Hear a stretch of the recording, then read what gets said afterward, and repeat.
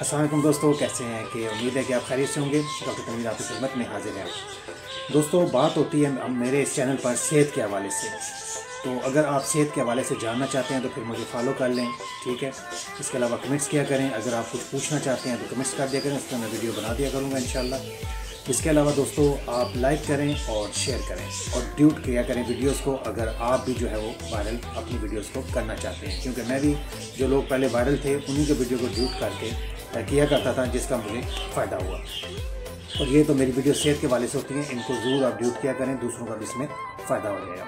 चलिए दोस्तों, बात करते हैं कि अगर किसी को कै हो, बदहज़मी हो, ठीक है, पेट में भी शदीद दर्द होता हो, बदबूदार गैस का जो है वो अखराज होता हो, तो ऐसी सूरत में आपने मेडिसन एलियम सीपिया 30 के 4 कतरे 2 बूंद पानी में मिलाकर आपने दिन में 3 बार जो है इसका इस्तेमाल करना है। इंशाल्लाह आपको